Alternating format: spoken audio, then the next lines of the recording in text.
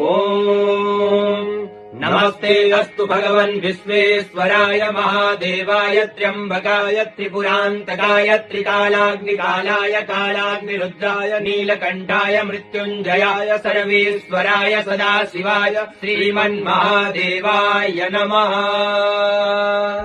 ॐ नमस्ते अस्तु भगवन् विश्वेश्वराय महादेवाय त्र्यम्बकाय त्रिपुरान्तकाय त्रिकालाग्निकालाय कालाग्निरुद्राय नीलकण्ठाय मृत्युञ्जयाय सर्वेश्वराय सदाशिवाय श्रीमन्महादेवाय नमः।